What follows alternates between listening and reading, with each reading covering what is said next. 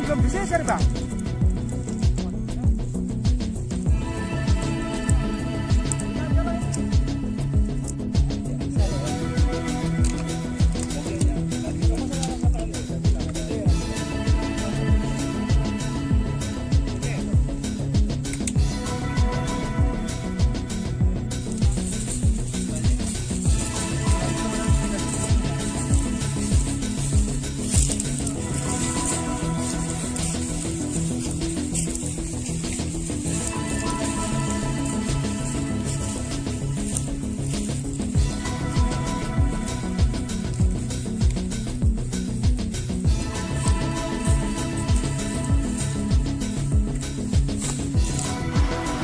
Bahwa terjadi ada konflik harimau dengan manusia.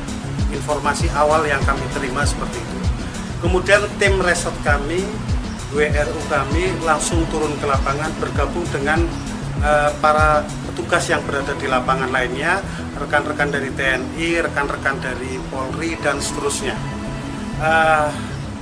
Kronologisnya dari lapangan kita mendapatkan informasi bahwasanya korban saudara Samino pergi melakukan aktivitas ke kebun pada tanggal 25 Juni atau hari Jumat.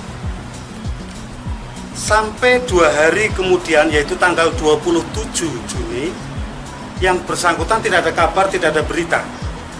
Dari kondisi korban, kami berasumsi bahwa memang itu diterkam oleh harimau. Di sekitar lokasi ada ditemukan jejak, Pak? Di lokasi ditemukan jejak lebih dari 2 individu. Lebih dari 2 individu, yaitu tapak yang cukup besar dan ada tapak yang kecil, atau mungkin lebih dari 2 individu. Di bagian tubuh mana aja, Pak, korban diapakan sama diduga harimau itu, Pak? Mungkin ini tidak tidak terlalu etis kalau disampaikan karena kondisi jenazah sudah tidak lengkap. Berarti ada terkaman atau bekas sakaran di tubuhnya, Pak? Iya, tidak hanya terkam karena kondisi tubuh ditemukan sudah tidak lengkap. Mungkin rekan-rekan bisa pahami hanya berapa potongan tubuh yang ada, yang ditemukan. Korban ini masuk ke kawasan itu mencari kayu atau berkebun? Ada aktivitas perkebunan yang melewati areal kerja HPH. Apakah perkebunan itu perkebunan legal ataukah ilegal, kami akan dalami selanjutnya. Kami belum bisa melakukan identifikasi, belum ada laporan karena kami baru masang kamera trap kemarin, sehingga sampai hari ini tentunya belum ada. Tapi sebagaimana diketahui rekan-rekan harus pahami bahwasanya di wilayah sana seperti tadi saya sampaikan adalah landscape scene-based.